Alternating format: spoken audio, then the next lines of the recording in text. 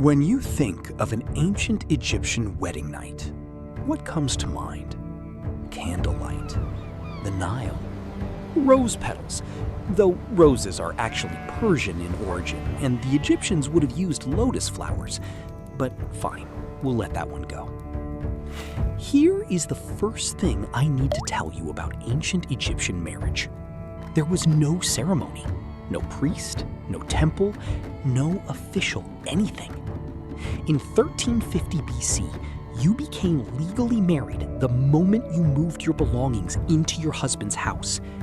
The most advanced civilization on Earth, builder of the pyramids, inventor of the calendar, and their marriage system was essentially show up with your stuff. Which sounds charmingly simple until you understand what came attached to the showing up. Because the actual historical record of your wedding night in 1350 BC is considerably more complicated than anything the documentaries have told you. And in some ways, it is more surprising than you could possibly expect. You are a woman in New Kingdom Egypt around 1350 BC. And in all likelihood, you are between 20 and 22 years old. I am not glossing over this. Demotic papyri, temple records, and the work of Egyptologist Gay Calendar all document that women in this period commonly married in their early 20s. This is historical fact. Your husband is likely between 22 and 28. He has been chosen by your families based on financial compatibility. You may have met him, you may not have. But here, and this is the part nobody tells you, you have a prenuptial agreement. Not as a modern innovation, as a completely standard legal document. Your marriage contract, written on papyrus and witnessed by your families, lists every item you are bringing into the marriage with a specific monetary value assigned to each one. And beside that list, your husband formally pledges a portion of his own wealth as a financial guarantee to support you. If he fails to provide for you, you have legal recourse. If he behaves badly and you want out, divorce in ancient Egypt was available to women. You could leave. You kept your property. You kept your goods. The Egyptian legal system was more protective of women's financial rights in marriage than most of Europe would be for the next 3,000 years. Sit with that. An Egyptian woman in 1350 BC had stronger property protections in marriage than a wealthy English woman in 1800 AD. Today, your wedding day, you have been prepared with an attention to detail that makes a modern bridal morning look casual. Your skin has been treated with oils of frankincense and myrrh, both imported from what is now Somalia via trade routes requiring months of dangerous desert travel. Your hair is covered with a scented wig.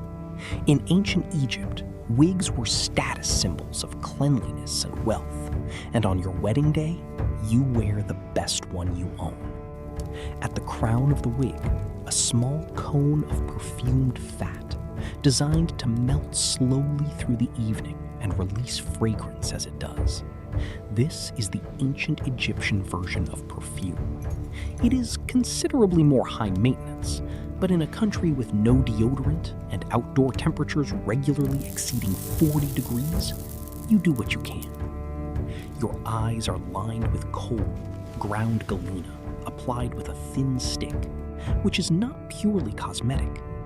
In a country where eye infections were a leading cause of preventable blindness, kohl's mild antibacterial properties offer genuine protection. The Egyptians called it the remedy that protects the eyes. They were not wrong. They figured out the pharmacology 3,000 years before germ theory, just without knowing why it worked. Your dress is white pleated linen, so finely woven it is nearly translucent. Egyptian linen in this period was among the finest textile ever produced in the ancient world. Your jewelry, gold, lapis lazuli from Afghanistan, carnelian, turquoise from the Sinai. Even for a woman of modest means, jewelry on her wedding night was expected and written into the contract. You are, by any measure of the ancient world, extraordinary. And you are, in all likelihood, completely terrified. Your husband's house is not what you've been imagining. Unless he is a senior official or royal court member, his house is a modest mud brick structure. 1 or 2 rooms, low ceilings, small windows designed to keep out heat rather than let in light, a flat roof where the family sleeps in summer because the interior becomes unbearable. The furniture? A reed-woven bed on wooden legs, a few storage chests, some stools. Cooking happens in the courtyard over an open fire. It is not the gilded palace of every ancient Egypt documentary ever made. Those existed. Approximately 0% of the Egyptian population lived in them. But here is something the archaeological record tells us that I find genuinely moving. The walls of these modest houses were painted. Not expensively, not professionally, but with care.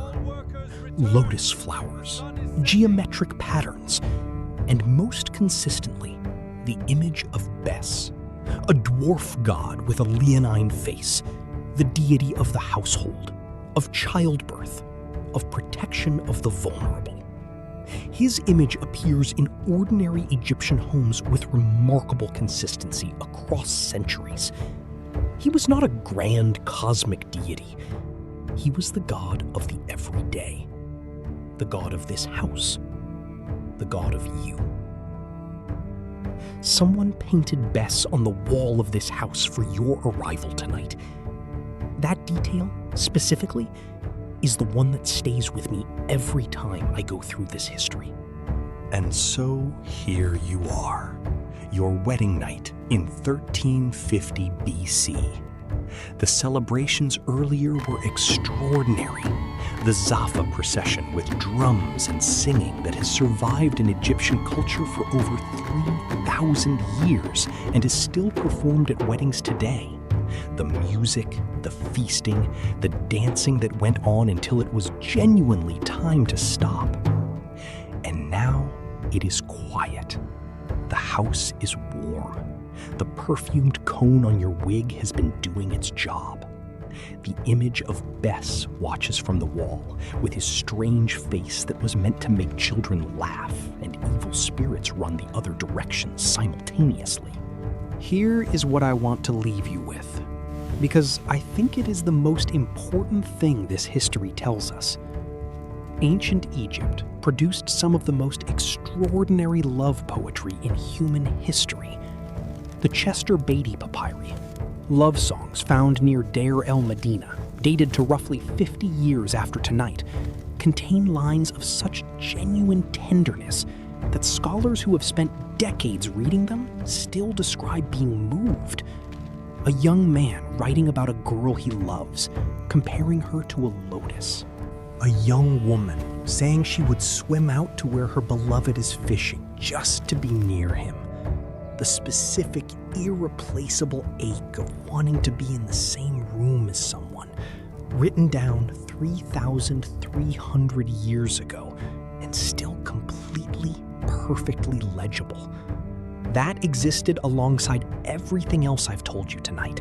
The early marriages, the contracts, the modest mud brick houses with their hand-painted walls. All of it was true simultaneously, which is, when you think about it, exactly what human history always is. Not golden, not terrible. Both, always, at the same time.